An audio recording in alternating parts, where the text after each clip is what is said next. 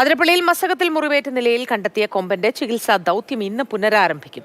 കോടനാട് അഭയാരണ്യത്തിലെ കൂട് നിർമ്മാണം ഉച്ചയോടെ പൂർത്തിയാകും. മയക്കുവെടി വെച്ച് പിടികൂടുന്ന ആനയെ കുങ്കിയാനകളുടെ സഹായത്തോടെ കോടനാട്ടെ കൂട്ടിലേക്ക് മാറ്റി ചികിത്സ നൽകും. വിശദാംശങ്ങളുമായി വിഷ്ണു പ്രകാശ് ചേരുന്നു. Vishnu, good morning. ഇന്ന് എങ്ങനെയാണ് ഈ ദൗത്യം ആരംഭിക്കുക?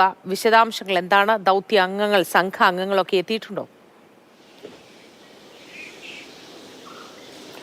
Moothi, good morning. ഈ അതിരപ്പള്ളിയിൽ മസ്തകത്തിന് പരിക്കേറ്റ ആനയെ ചികിത്സിക്കുന്നതിൻ്റെ ഭാഗമായിട്ടുള്ള ഒരു നടപടിക്രമങ്ങൾ, ഒരു ദൗത്യം ഇന്ന് ആരംഭിക്കും. ഇന്നിപ്പോൾ അരുൺ സക്രിയുടെ നേതൃത്വത്തിലുള്ള ദൗത്യ സംഘം ഇവിടെ കോടനാട് എത്തിയിട്ടുണ്ട്. ആദ്യം അദ്ദേഹം ഈ കോടനാടുള്ള ഈ ആനയെ അവിടെ നിന്ന് പിടികൂടി ഇവിടെ പാർപ്പിക്കുന്ന ഒരു കൂടിൻ്റെ ഒരു പുരോഗതി, അതിൻ്റെ പണി നടന്നു വരികയാണ്. അപ്പോൾ അതിൻ്റെ പുരോഗതി ആദ്യം പോയി വിലയിരുത്തിയ ശേഷമാകും അതിരപ്പള്ളിയിലിട്ട് അരുൺ സക്രിയ ചെല്ലുക.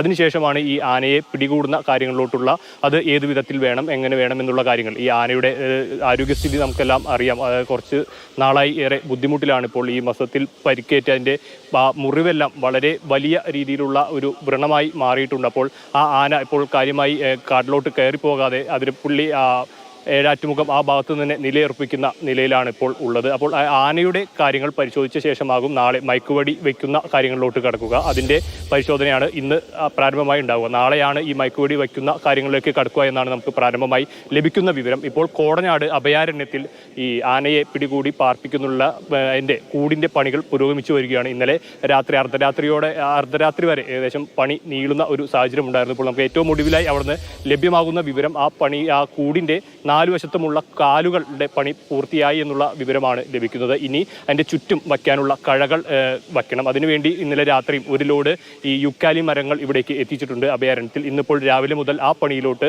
ഈ പ്രവർത്തകർ അടക്കം വയനാട് RRT ടീമിന്റെ നേതൃത്വത്തിലുള്ള അതിൽ തന്നെ ഉൾപ്പെട്ട ആളുകളാണ് ഈ പണിക്ക് നേതൃത്വം നൽകുന്നത്. അതിനോടൊപ്പം ഇന്നലെ ഉണ്ടായിരുന്ന അതേ സ്ഥലത്ത് തന്നെ തുടരുകയാണോ? പ്രത്യേകിച്ച് ആരോഗ്യ പ്രശ്നങ്ങളോ മറ്റെന്തെങ്കിലും ഉണ്ടോ? അക്കാര്യങ്ങളൊക്കെ അവിടെ നിരീക്ഷിക്കപ്പെടുന്നുണ്ടോ?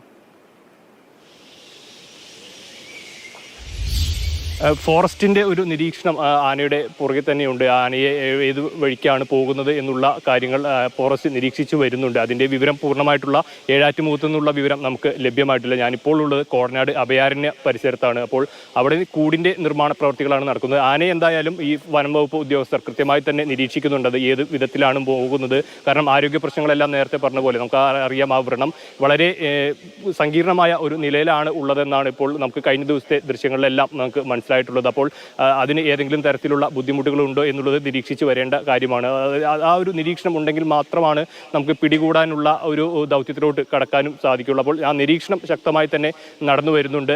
ഇപ്പോഴും ജനവാസ മേഖലയിൽ തന്നെയാണ് ആന തുടരുന്നത്. ഇപ്പം നമുക്ക് ലഭ്യമായിട്ടുള്ള വിവരപ്രകാരം ആനയ്ക്ക് അധിക ദൂരം അങ്ങനെ യാത്ര ചെയ്യാൻ പറ്റുന്ന ഒരു സാഹചര്യമല്ല. കാട്ടിലോട്ടാണെങ്കിലും അത് പോകുന്നില്ല. അപ്പോൾ അവിടെ തന്നെ നിലയുറപ്പിക്കുന്ന രീതിയിലാണ് നമുക്ക് ലഭിക്കുന്ന വിവരം. അങ്ങനെയാണ് ആന ആ പരിസരത്ത് തന്നെ തുടരുന്നു എന്നുള്ളൊരു വിവരമാണ് ലഭിക്കുന്നത്. ഏതായാലും ഇവിടെ കോടനാട് ഈ ആനയുടെ കൂടിൻ്റെ പണികൾ നടന്നു വരികയാണ്. ഇന്നിപ്പോൾ നാളെ പിടികൂടിയാൽ ആ ഏഴാറ്റുമുഖത്തുനിന്ന് വെടിവെച്ച് ആനയെ അവിടെ നിന്ന് കൊണ്ടുവരാനായിട്ടുള്ള ഈ ആംബുലൻസ് ഉണ്ടല്ലോ, എലഫന്റ് ആംബുലൻസ്, അപ്പോൾ അതിൻ്റെ നിർമ്മാണം കൂടി, അതിനും 2 വശത്തും കൂടെല്ലാം പിടിപ്പിക്കേണ്ട ഒരു കാര്യമുണ്ട്. അപ്പോൾ ഇന്ന് രാവിലെയോടെ അതിരപ്പള്ളിയിൽ നിന്നും ആ എലഫന്റ് ആംബുലൻസ് ഇവിടെ കോടനാട്ടേക്ക് എത്തിക്കും. പിന്നീട് അതിൻ്റെ പണിയും പൂർത്തിയാകും. ഇപ്പോൾ നമുക്ക് ലഭിക്കുന്നത് ഉച്ചയോടുകൂടി ഇതിൻ്റെ നിർമ്മാണ പ്രവർത്തികൾ പൂർത്തിയാകും. അതോടൊപ്പം രാവിലെ തന്നെ അരുൺ സക്രിയ ഈ കോടനാട് അഭയാരണ്യത്തിൽ പുരോഗമിച്ചു വരുന്ന കൂടിൻ്റെ പണി വിലയിരുത്തും. അതിനുശേഷം അദ്ദേഹം അതിരപ്പള്ളിയിലോട്ട് പോയി ആനയെ നിരീക്ഷിച്ച് ഈ ഒരു വെടിവെക്കുന്ന കാര്യത്തിലേക്ക്